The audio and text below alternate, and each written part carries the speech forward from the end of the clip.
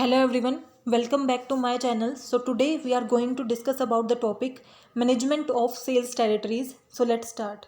First of all, what is the meaning of sales territory?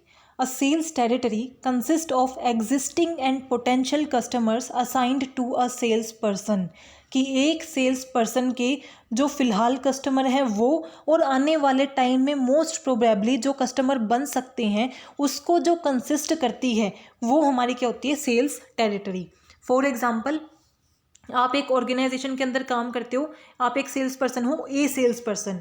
तो आप जो सामान बेचते हो उससे फ़िलहाल आपके एग्जिस्टिंग कस्टमर कौन है जो आपसे उस सामान को ख़रीद रहे हैं, और आपके पोटेंशियल कस्टमर यानी कि आपके प्रोस्पेक्ट्स जो आपसे उस सामान को खरीद सकते हैं, उस एरिया को ही हम क्या बोलते हैं, सेल्स टेरिटरी. तो सेल्स टेरिटरी क्या है? एक सेल्स पर्सन के एग्जिस्टिंग और पोटेंशियल कस्टमर्स के एरिया को हम बोलते हैं sales territory. A sales territory may or may not have geographic boundaries. However, it seems person is assigned to a geographic area consisting of person, present and potential customer.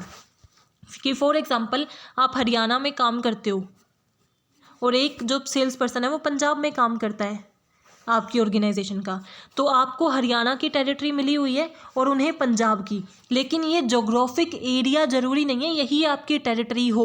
ऐसा भी हो सकता है ना कि हरियाणा के एक पर्टिकुलर एरिया से ही आपके जो मेजर कस्टमर हैं, मान लो गुरुग्राम से ही आपके मेजर कस्टमर आ रहे हैं, वहीं पे आपके सबसे ज़्यादा पोटेंशियल और एग्जिस्टिंग कस्टमर हैं, तो आपकी टेरिटरी वो बन जाएगी. तो हमारी टेरिटरी क्या होती है, ज़रूरी नहीं है कि वो कोई जोग्राफिक बाउंड्री ही हो, वो एक ऐसी जगह है जो कंसिस्ट करती है आपके एग्जिस्टिंग और पोटेंशियल कस्टमर्स को. जैसे हम ऑनलाइन शॉपिंग की बात करें तो अगर हम ऑनलाइन सेल कर रहे हैं तो कुछ हरियाणा से आएंगे, कुछ पंजाब से आएंगे, कुछ महाराष्ट्र से आएंगे, अलग अलग जगह से आएंगे, लेकिन जहाँ से मेजॉरिटी ऑफ कस्टमर्स आएंगे वो हमारी क्या हो जाएगी, टेरिटरी हो जाएगी. The basic concept of sales territory is that market is made up of present and potential customer rather than geographic area. कि एक जोग्राफिक एरिया ये नहीं है, ये क्या है, कहाँ से आपके प्रेजेंट और पोटेंशियल कस्टमर आ रहे हैं वो हमारी क्या होती है, सेल्स टेरिटरी हो सकती है.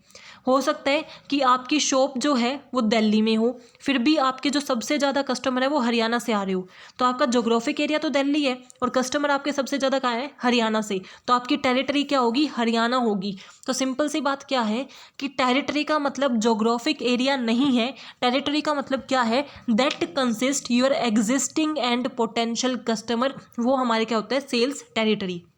सो टेरिटरी सिंपली मीन्स वो जगह जहाँ से आपके एग्जिस्टिंग और पोटेंशियल कस्टमर आते हैं. जैसे कि आपका हरियाणा, हमने एग्जांपल लिया कि दिल्ली में है फिर भी हरियाणा से आ रहे हैं, तो हरियाणा आपकी क्या हो जाएगी, सेल्स टेरिटरी हो जाएगी. और एग्जिस्टिंग और पोटेंशियल का डिफरेंस क्या है, एग्जिस्टिंग जो करंटली आपसे परचेज कर रहे हैं, पोटेंशियल जो आने वाले टाइम में आपसे परचेज कर सकते हैं. तो जहाँ से आपके एग्जिस्टिंग और पोटेंशियल कस्टमर बिलोंग करते हैं, that is your sales territory. Now reasons for setting up sales territory, कि एक ऑर्गेनाइजेशन सेल्स टेरिटरी क्यों बनाती हैं, ये क्यों डिसाइड करती हैं, क्यों देखती हैं कि अगर ये पूरा मार्केट है, एक ऑर्गेनाइजेशन को क्या फ़र्क पड़ता है, कोई कहीं से भी आ रहा हो, उनका प्रोडक्ट बिक रहा है, फिर भी वो ये क्यों आइडेंटिफाई करती हैं कि उनकी सेल्स टेरिटरी कहाँ है, यानी कि पर्टिकुलर किस एरिया से उनके सबसे ज़्यादा एग्जिस्टिंग और पोटेंशियल कस्टमर्स आ रहे हैं, ये वो क्यों आइडेंटिफाई करती है, उसके पीछे उसके क्या रीजंस होते हैं. So first is increase market and customer coverage, because उसके बेस पे आप अपनी मार्केट और कस्टमर कवरेज को इंक्रीज़ कर सकते हो. अब मेरी ऑर्गेनाइजेशन है ABC, मुझे पता चल गया कि इस पर्टिकुलर एरिया से सबसे ज़्यादा एग्जिस्टिंग कस्टमर है मेरे और एग्जिस्टिंग और पोटेंशियल कस्टमर मेरे यहाँ है, मतलब मेरी सेल्स टेरिटरी ये है. तो इसके बेस पे मैं क्या कर सकती हूँ, एक्सपेंशन प्लान कर सकती हूँ कि इसके आसपास के एरिया को कवर करने की कोशिश करूँ, जितने भी एरिया रहते हैं वहाँ पे कुछ नई नई स्ट्रैटेजीज़ लेके आऊँ ताकि मैं बाकी और भी एरिया को कवर कर सकूँ. तो ये मुझे हेल्प करता है अपने मार्केट को इंक्रीज़ करने में और कस्टमर्स को इंक्रीज़ करने में. Controlling sales expenses, sales expenses control करने का मतलब क्या है कि मैं तो पूरे मार्केट में एक तरीके के एक्सपेंस लगा रही हूँ, यहाँ पे भी उतनी ही एडवर्टाइजिंग कर रही हूँ, यहाँ भी उतनी ही एडवर्टाइजिंग कर रही हूँ और यहाँ भी उतनी ही एडवर्टाइजिंग कर रही हूँ, बट सिर्फ सेल्स टेरिटरी मेरी ये है, पोटेंशियल और एग्जिस्टिंग कस्टमर सिर्फ यहाँ है. तो इसका मतलब यहाँ और यहाँ तो मैं अपने जो एक्सपेंसेस हैं वो वेस्ट कर रही हूँ ना, पैसा वेस्ट कर रही हूँ. यहाँ और किसी प्लान या यहाँ स्ट्रैटेजी की ज़रूरत है, एक्सपेंसेस की ज़रूरत नहीं है, क्योंकि वहाँ से तो काम निकल ही नहीं रहा, मैंने ऑलरेडी बहुत एक्सपेंडिचर कर दिया, फिर भी वहाँ से कोई इतना परचेज नहीं कर रहा। तो इसके थ्रू मैं क्या कर सकती हूँ, आइडेंटिफाई कर रही हूँ कि कहाँ मैं मेरा मनी वेस्ट कर रही हूँ और उसे किस तरीके से कंट्रोल कर सकती हूँ। तो मैं अपने सेलिंग एक्सपेंसेस को कंट्रोल कर सकती हूँ by identifying my sales territory. Better evaluation of sales force performance, कि अगर आपको सेल्स टेरिटरी पता चलती है तो आप अपनी सेल्स फोर्स परफॉर्मेंस इंप्रूव कर सकते हो और उसका अच्छे से इवेल्युएशन कर सकते हो। आपकी ऑर्गेनाइजेशन में 2 एम्प्लॉयज़ हैं, ए और बी। ए को आपने दिल्ली का एरिया दे रखा है कि यहाँ पे आपको बिल्ड करना है, और इसको हरियाणा का दे रखा है।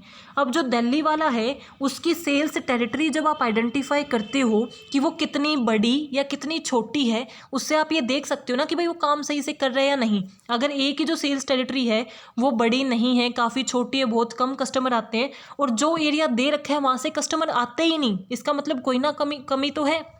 जैसे हमने 2 एग्जाम्पल लिए, ए और बी कस्टमर का, ये हरियाणा में प्रमोशन करता है और सेल करता है, और ये दिल्ली में करता है। यहाँ से इसको अच्छी खासी टेरिटरी मिली हुई है, बट कुछ हरियाणा के जो एरियाज़ हैं जहाँ पे ये जो बी को रीच नहीं कर सकते, वो ए से जाके खरीद लेते हैं, क्योंकि उन्हें पता है दोनों एक ही ऑर्गेनाइजेशन के हैं, दोनों एक ही ब्रांड के हैं। और दिल्ली से इसके कोई कस्टमर नहीं आ रहे, इसके जो कस्टमर है वो सिर्फ हरियाणा से ही आ रहे हैं, जो बचे कुचे कस्टमर हैं बी के। तो इसका मतलब क्या हो रहा है, ए अपना काम तो सही से नहीं कर रहा ना। या आपने कैसे आइडेंटिफाई किया कि जो टेरिटरी इन्हें अलॉट की गई थी वहाँ पे वो काम कर ही नहीं पा रहे, या उनकी टेरिटरी स्मॉल है या बिग है। तो इसके बेस पे आप क्या कर पाते हो, सेल्स फोर्स की परफॉर्मेंस को अच्छे से इवेल्युएट कर पाते हो। इम्प्रूव कस्टमर रिलेशन, अगर आपको पता चल जाएगा कि इस पूरे मार्केट में मेरा पर्टिकुलर एरिया कौन सा है जहाँ से मेरे सबसे ज़्यादा पोटेंशियल और एग्जिस्टिंग कस्टमर आते हैं, तो आप इन कस्टमर्स के साथ अच्छे से रिलेशन मेंटेन कर पाओगे, क्योंकि आप सोचोगे कि आपको इन्हीं के साथ अब अच्छा ज़्यादा स्पेंड करना है, इनको रिटेन करने की कोशिश करनी है, तो आपके रिलेशंस इंप्रूव हो जाएंगे। Increase sales force effectiveness, because अगर आपको पता चल जाता है कि कहाँ से आपके मैक्सिमम कस्टमर आ रहे हैं, तो उससे आप और अच्छी प्लानिंग, अच्छी स्ट्रैटेजी बना सकते हो, जिससे आपकी इफेक्टिवनेस इंप्रूव हो जाती है। इम्प्रूव कोऑर्डिनेशन, कि आपकी जो टेरिटरीज़ हैं उनके बीच में कोऑर्डिनेशन बेटर हो जाता है, क्योंकि आपको पता चल जाता है कि कौन सी टेरिटरी कितने एरिया को कवर कर रही है। And benefit of sales person और कंपनी, कि सेल्स पर्सन के लिए भी बेनिफिशियल और कंपनी के लिए भी। कंपनी के लिए कैसे बेनिफिशियल है कि वो वेस्टेज नहीं करेगी, उसे अब वहीं स्पेंड करेगी अमाउंट को जहाँ रिक्वायर्ड है, जहाँ से एक्चुअल में कस्टमर आ रहे हैं। और सेल्स पर्सन अब वहाँ नहीं जाएगा जहाँ से कस्टमर खरीद ही नहीं रहे, अब वो वहीं पे सेल करेगा जहाँ पे उसकी मैक्सिमम सेलिंग हो रही है। तो इससे किसका टाइम एफर्ट सेव होता है, कंपनी का भी और सेल्स पर्सन का भी। तो ये वेरियस एडवांटेजेस हैं सेल्स टेरिटरी की, या फिर क्या रीजंस हैं कि सेल्स टेरिटरी ली जाती है। Now procedure for designing sales territory, कि जब एक ऑर्गेनाइजेशन अपनी सेल्स टेरिटरी डिज़ाइन करती है तो उसका क्या प्रोसीजर होता है। सो इट इज़ अ 4 और 3 स्टेप प्रोसीजर। तो first is select a control unit, कि सबसे पहले तो अपनी कंट्रोल यूनिट को चुनो। कंट्रोल यूनिट क्या है, एक जोग्राफिकल एरिया को चुनो। देखो, जब हमने मीनिंग में किया तो हमने साफ बोला था कि ज़रूरी नहीं है कि टेरिटरी एक जोग्राफिकल एरिया ही हो। ये क्या है, एक पर्टिकुलर जगह जहाँ से हमारे मैक्सिमम पोटेंशियल और एग्जिस्टिंग कस्टमर आ रहे हैं, जो हमारा एरिया है वही हमारी टेरिटरी हो, ये ज़रूरी नहीं है। जिसका हमने एग्जांपल भी लिया था कि मेरा जोग्राफिकल एरिया दिल्ली है, फिर भी मेरी टेरिटरी कहाँ से है, हरियाणा से। तो जोग्राफिकल एरिया हो ये ज़रूरी नहीं है, बट ऑब्वियसली अगर आप अपनी शॉप कहीं बना रहे हो, कहीं ऑर्गेनाइजेशन बना रहे हो, तो आप यही एक्सपेक्ट करते हो ना कि अगर मैं दिल्ली में खोल रही हूँ तो मैं सबसे ज़्यादा जो कस्टमर होंगे वो दिल्ली से ही होंगे, हरियाणा में खोल रही हूँ तो हरियाणा से होंगे। तो सबसे पहले आप अपनी कंट्रोल यूनिट डिफाइन करते हो, जो आपकी एक जोग्राफिकल टेरिटोरियल बेस होता है कि कहाँ पर आपकी ऑर्गेनाइजेशन होगी। तो वो आपकी टेरिटरी का जो जोग्राफी की यहाँ से आपके कस्टमर सबसे ज़्यादा आएंगे, वो आपकी होती है कंट्रोल यूनिट। एक लार्जर एरिया पे जब आप डिटरमाइन करते हो, वो एक स्टेट हो सकता है कि आप पूरा बता दो कि मैं हरियाणा जो है आपकी कंट्रोल यूनिट है, यहाँ आपका एक जोग्राफिकली आपका बेस है जहाँ से कस्टमर सबसे ज़्यादा आएंगे। वो आप मेट्रो सिटी भी कर सकते हो, या फिर एक पर्टिकुलर सिर्फ सिटी को चुन लो कि सिर्फ गुरुग्राम, या फिर उसके अंदर भी एक पर्टिकुलर टाउन को चुन लो, वो आपकी पर्टिकुलर चॉइस होती है। आप सबसे स्मॉलर साइज़ भी ले सकते हो और बिगर भी दे सकते हो, वो आपके ऊपर डिपेंड करता है। तो सबसे पहले आपको कंट्रोल यूनिट को सेलेक्ट करना होता है। Second is find location and potential of customer. अब आपने मान लो अपनी कंट्रोल यूनिट हरियाणा सेट कर दी, कि पूरे इंडिया में मेरी कंट्रोल यूनिट हरियाणा है जहाँ से मेरे मैक्सिमम जो है कस्टमर्स आएंगे। इसके अंदर अब मुझे मेरी टेरिटरी को ढूंढना है, यानी कि अपनी टेरिटरी बतानी है कि मेरी कंट्रोल यूनिट तो हरियाणा थी, कि सबसे ज़्यादा सर्विंग मैं किस में कर रहा हूँ, जोग्राफिकल एरिया क्या है, हरियाणा है। अब इसके अंदर जो मेरे कस्टमर्स हैं उसमें मेरी क्या टेरिटरी है कि सबसे ज़्यादा हरियाणा में कहाँ से पोटेंशियल और एग्जिस्टिंग कस्टमर आ रहे हैं, वो सेल्स टेरिटरी हो जाएगी। तो सबसे पहले मैंने मेरी कंट्रोल यूनिट डिटरमाइन की। उसके बाद find location and potential of customer, कि अब जितने भी हरियाणा के अंदर कस्टमर्स हैं मेरे, उनको आइडेंटिफाई करूं और उनके पोटेंशियल्स को आइडेंटिफाई करूं। अब ऐसा ज़रूरी तो नहीं है ना कि सब जो कस्टमर्स हैं उनका एक ही क्या होगा, टेस्ट होगा, या सब एक ही अमाउंट स्पेंड कर सकेंगे। कोई 100 रुपये स्पेंड कर सकता है, कोई 1000 कर सकता है, कोई 10,000 कर सकता है। सबकी इनकम अलग होती है, सबकी जो स्पेंडिंग होती है वो अलग होती है। तो इसके अकॉर्डिंग आप अपने कस्टमर्स को क्या करोगे, पोटेंशियल्स को आइडेंटिफाई करोगे। सबसे पहले तो आप ये देखोगे हरियाणा के अंदर आपके एग्जिस्टिंग कस्टमर कितने हैं और पोटेंशियल कितने हैं। फिर उन कस्टमर्स का पोटेंशियल क्या देखोगे कि कितना वो स्पेंड कर सकते हैं। कितने कस्टमर ऐसे हैं जो 100 रुपये तक स्पेंड करेंगे, कितने ऐसे हैं जो 1000 तक, कितने ऐसे हैं जो 10,000 तक, और कितने ऐसे हैं जो 10,000 के ऊपर भी स्पेंड कर सकते हैं। उसके बेस पे आप क्या करोगे, अपने कस्टमर्स को ABC एनालिसिस को यूज़ करके डिवीज़न कर लोगे। अब ABC एनालिसिस का मतलब क्या होता है, ABC, ये वो कस्टमर होते हैं जो सबसे ज़्यादा प्रॉफिट एक ऑर्गेनाइजेशन के लिए करते हैं, यानी कि ये हमारे लिए सबसे इंपॉर्टेंट कस्टमर है, जो सबसे ज़्यादा स्पेंड कर रहे हैं और सबसे ज़्यादा प्रॉफिट अर्न कर रहे हैं। ये हमारा क्या है, जो मीडियम प्रॉफिट हमारी ऑर्गेनाइजेशन को प्रोवाइड करते हैं, और ये हमारे ना के बराबर, बस ये सर्वाइवल के लिए ज़रूरी है क्योंकि छोटा मोटा खरीदते रहते हैं तो हमारा सामान बिकता रहता है, बट ये इतना प्रॉफिट में कंट्रीब्यूट नहीं करते। तो सबसे पहले अपनी कंट्रोल यूनिट डिटरमाइन करना, जो एक स्टेट भी हो सकता है, मेट्रो सिटी भी हो सकती है, और टाउन भी हो सकता है। वो आपका एक जोग्राफिकल टेरिटोरियल बेस है कि ये मेरी टेरिटरी है जोग्राफी के अकॉर्डिंग, एरिया के अकॉर्डिंग। उसके अंदर अपने कस्टमर्स को आइडेंटिफाई करना कि कितने एग्जिस्टिंग और पोटेंशियल कस्टमर्स हैं और उनका कितना पोटेंशियल है, कितना वो स्पेंड कर सकते हैं, और उनकी स्पेंडिंग के अकॉर्डिंग उन्हें ABC फॉर्मेट के अंदर आइडेंटिफाई कर लेना। देन नेक्स्ट स्टेप आता है अब अपनी फाइनल डिसाइड करना बेसिक टेरिटरी को, कि हरियाणा के अंदर भी इस पर्टिकुलर एरिया से या फिर इस पर्टिकुलर रीजन से सबसे ज़्यादा कस्टमर आ रहे हैं, तो वो हमारा क्या हो जाता है, टेरिटरी या सेल्स टेरिटरी। तो थर्ड स्टेप होता है डिसाइड बेसिक सेल्स टेरिटरी, और उस बेसिक सेल्स टेरिटरी को डिसाइड करने के दो हमारे मेथड्स होते हैं। फर्स्ट इज़ बिल्डअप मेथड और एक होता है हमारा ब्रेक डाउन मेथड। तो पहला क्या है, build up method. Buildup method का मतलब क्या है, सेल्स टेरिटरी को इस तरीके से सेटअप करना कि जितने भी आपके सेल्स पर्सन होंगे ना, उनका वर्कलोड सेम होगा, कि अगर एक को 10 यूनिट बेचनी है तो दूसरे को भी 10 ही बेचनी है, तीसरे को भी 10 ही बेचनी है, इनके बीच में कोई डिस्क्रिमिनेशन नहीं होगा, वो होता है वर्कलोड। तो इस तरीके से अपनी सेल्स टेरिटरी को सेट करना कि सबका वर्कलोड सेम हो, वो होता है बिल्ड अप मेथड। अब बिल्ड अप मेथड को सेट करने की प्रोसीजर क्या है कि सबसे पहले तो डिस्क्राइब करो कॉल फ्रीक्वेंसी, कि हमारी ऑर्गेनाइजेशन है जिसको कॉल करना है। सेल्स पर्सन का काम होता है ना, आपके पास कॉल आते होंगे कि आपको LIC खरीदनी है, ये खरीदनी है, तो वो क्या है, सेल्स पर्सन ही तो है। तो सबसे पहले तो ये देखो कि कितना कॉल करना है, कॉल फ्रीक्वेंसी को आइडेंटिफाई करो। Then calculate the total number of call in each control unit. देखो ये आपको यहाँ से ज़्यादा अच्छे से समझ आएगा। ये आपकी A कंट्रोल यूनिट है और ये आपकी B कंट्रोल यूनिट है, ठीक है। सबसे पहले हमें कस्टमर्स को किस में डिवाइड कर लेना है, ABC। देखो मैंने अभी बताया ना, A कौन से होते हैं जो सबसे ज़्यादा प्रॉफिट आपको देंगे, ये जो मीडियम प्रॉफिट देंगे, और ये सबसे लो जो प्रॉफिट देते हैं। तो सबसे इंपॉर्टेंट कस्टमर कौन से होते हैं, A, उसके बाद B और फिर C। अब एक ऑर्गेनाइजेशन क्या करेगी, कॉल फ्रीक्वेंसी डिसाइड करेगी। कॉल फ्रीक्वेंसी यानी कि एक कस्टमर को एक महीने में कितनी बार कॉल करना है ताकि हम उसके साथ अच्छा रिलेशन रख सकें, B वाले कस्टमर्स को कितना कॉल करना है और C वाले को कितना। क्योंकि A वाले सबसे इंपॉर्टेंट होते हैं तो इनको हम सबसे ज़्यादा बार कॉल करेंगे ताकि इनके साथ हमारा रिलेशन ख़राब ना हो।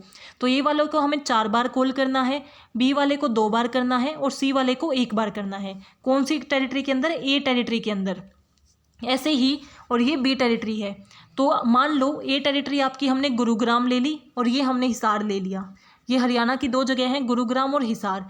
यहाँ पे अब हमारे जो कस्टमर्स हैं उनको हमें टोटल कितना कॉल करना पड़ेगा, वो हम कैसे निकालेंगे। हमने अपने सभी कस्टमर्स को ABC में डिवाइड कर रखा है। A वाले को हमें महीने में 4 बार कॉल करना है, B वाले को 2 बार करना है और C वाले को 1 बार करना है। तो टोटल कितना होगा कैसे निकाल सकते हैं कि पहले मान लो हम गुरुग्राम वाली ले रहे हैं, तो गुरुग्राम में मेरे ए जो लेवल पे हैं वो 3 कस्टमर हैं, बी लेवल पे मेरे 7 कस्टमर हैं और सी लेवल पे मेरे 20 कस्टमर हैं। टोटल 30 कस्टमर है गुरुग्राम में मेरे, जिसमें से जो 20 कस्टमर हैं वो सी लेवल पे आते हैं, 7 जो हैं वो बी लेवल पे आते हैं, 3 जो हैं वो ए लेवल पे आते हैं। तो इनको मुझे कितना कॉल करना पड़ेगा, 3 इंटू में 4, 7 इंटू में 2 और 20 इंटू में 1 फॉर अ मंथ, क्योंकि यहाँ पे क्या दे रखा है, एक मंथ। जैसे कि बी जो सी वाले हैं उनको एक महीने में एक बार ही कॉल करना है, तो 20 इंटू में 1 एक महीने में 20 कॉल मुझे करनी पड़ेंगी गुरुग्राम के अंदर। तो एक साल में कितनी करनी पड़ेंगी, 20 इंटू में 12 240। ऐसे ही 7 कस्टमर्स ऐसे हैं जिसे महीने में 2 बार कॉल करनी है, तो 7 इंटू में 2 14 कॉल्स हो गई। तो महीने में अगर 14 करनी है तो साल में कितनी करनी पड़ेंगी, 12 इंटू में 14 168। और अगर 3 कस्टमर ऐसे हैं जिसे महीने में 4 बार कॉल करनी है, तो टोटल एक महीने में 12 कॉल हुई और 12 महीने में कितनी हो जाएंगी, 144 कॉल। तो गुरुग्राम के अंदर ए जो कस्टमर्स हैं उसे एक साल में 144, जो बी कस्टमर है उन्हें 168 और सी कस्टमर को 240, ओवरऑल एक साल में 552 कॉल करनी पड़ेंगी गुरुग्राम के अंदर। अब जो दूसरी टेरिटरी है, मान लो जो हमने लिया था हिसार, अब इसके अंदर क्या है, ए जो कस्टमर है हमारी फ्रीक्वेंसी वही रहेगी, ए वाले को 4 बार करनी है, बी वाले को 2 और सी वाले को 1। अब इसके अंदर हिसार में मेरी कस्टमर्स किस तरीके से हैं, सी लेवल पे तो 28 हैं, बी लेवल पे 8 हैं और ए लेवल पे 4 कस्टमर हैं। तो अगर 4 कस्टमर ऐसे हैं जिसे महीने में मुझे 4 बार कॉल करना है, तो 4 इंटू 4 एक महीने की 16 कॉल हो गई, तो साल की कितनी हो जाएंगी, 16 इंटू में 12 192। ऐसे ही 8 कस्टमर ऐसे हैं जिसे महीने में 2 बार कॉल करना है, तो 8 इंटू में 2 16 इंटू में 12 192। ऐसे ही हम क्या करते रहेंगे, टोटल इसकी भी निकाल लेंगे और इसकी भी निकाल लेंगे, और जो ओवरऑल हमारा टोटल आएगा वो क्या है, जो सेल्स कॉल्स हमें करनी है। सो आई होप आपको क्लियर हुआ होगा कि सबसे पहले अपने कस्टमर्स को आइडेंटिफाई करना कि टोटल मेरे कितने कस्टमर्स हैं। उनके 3 लेवल हो सकते हैं, ए लेवल, बी लेवल, सी लेवल। ए जो होते हैं वो आपके लिए सबसे ज़्यादा प्रॉफिट अर्न करते हैं, तो ऑब्वियसली वो आपके लिए सबसे इंपॉर्टेंट हुए तो उनको सबसे ज़्यादा कॉल करेंगे। बी मीडियम होते हैं तो उनको बीच की कॉल करेंगे, और सी को इतनी कॉल नहीं की जाती क्योंकि वो इतने इंपॉर्टेंट नहीं होते। तो अपने कस्टमर के टाइप के अकॉर्डिंग उनकी कॉल फ्रीक्वेंसी को डिटरमाइन कर देना।